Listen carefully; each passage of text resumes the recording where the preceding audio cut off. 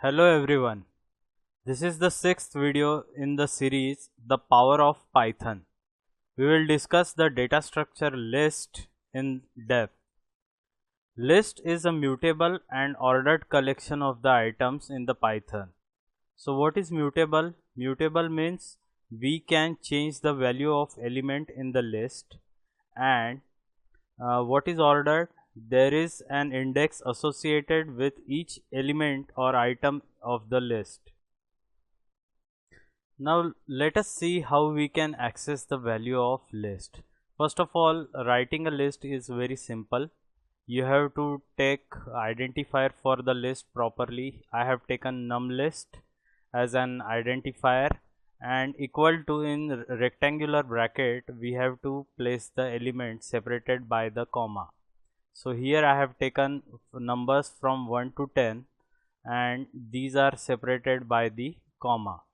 So suppose I have to access number from 1 to 3. So what I will do is I will write num list in bracket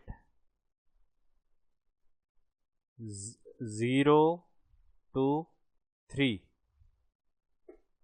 So here the index number 0, 1 and 2 will be displayed in the output.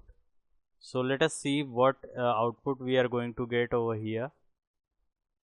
Yes, we have got 1, 2, 3 as our output. Suppose you want to add some steps in between while accessing the elements in the list. You can do it with the help of a simple syntax. So I will write list num list and I will write from 0 to 10 and I will provide step size as 2. So we will get 1, 3, 5, 7, 9. Now it is important to note that the index of the first element is 0 in the list. So this is how we can access the value of list. Then how to update the value in the list, that we will see now. Suppose at number 5 we want 100.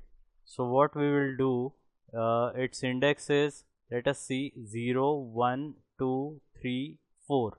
So we will write num list index number 4 in rectangular bracket, and we will see how we can replace the 5 with 100. So we will put value 100 and we will print the value of num list.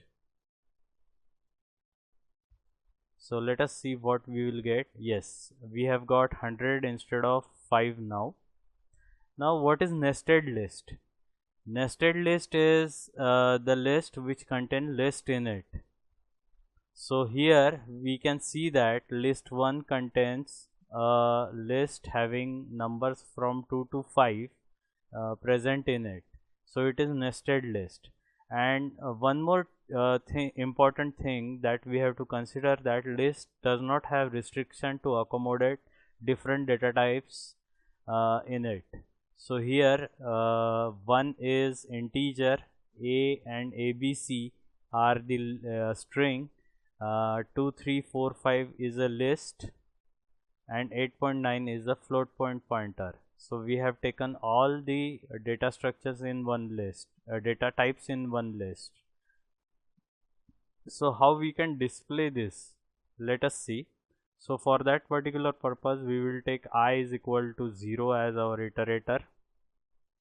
We will take while loop and we will place a condition.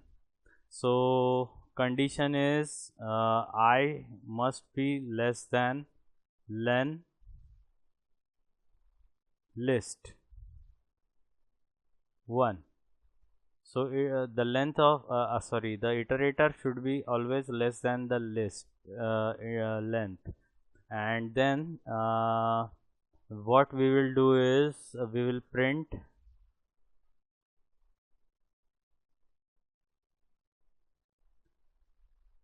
list 1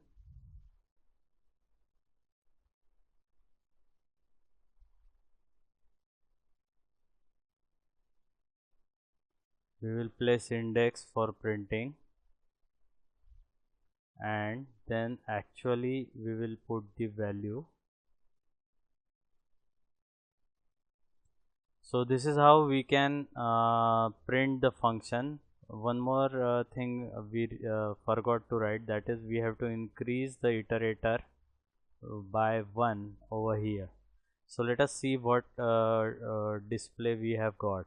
So here at 0th index we have 1, first index we have A, second index we have ABC, third index we have a list, and fourth index we have 8.9 as a float point number. So now it's time to see inbuilt functions. So I have taken same list, we have called it as list 1 over here. So let us see what minimum function does on this list 1. It will find the minimum value in the list. So let us run this code.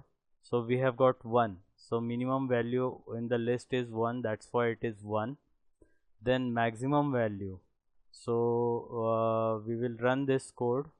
We will get 10 as maximum value in the list. The syntax is very simple. You have to place the list identifier in the function like max or min.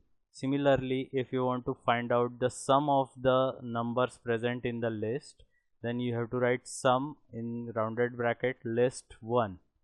So we will get sum of the list. And there is one more function, that is sorted. Here we have taken unordered list, so we have to sort it. So we will use sorted function, and we will pass the list 2 into that. So what we are going to get is a sorted list. So this was the end of video 6 part 1.